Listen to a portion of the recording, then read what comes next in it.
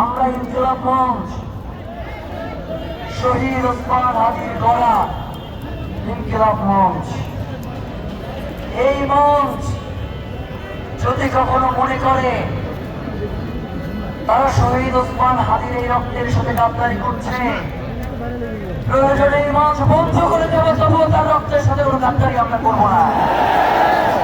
বাংলাদেশে শহীদ ওসমান হাদির এই লড়াই শুরু করেছেন ইনকিলাব মঞ্চ।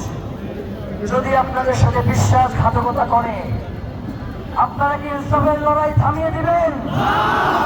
ইনসাফের লড়াই কি শুধুমাত্র ইনকিলাব মঞ্চের না আমাদের সবার? শুধু ইনকিলাবের না আমাদের সবার? যতক্ষণ পর্যন্ত বাংলার এই জমিনে ইনসাফ প্রতিষ্ঠিত না হবে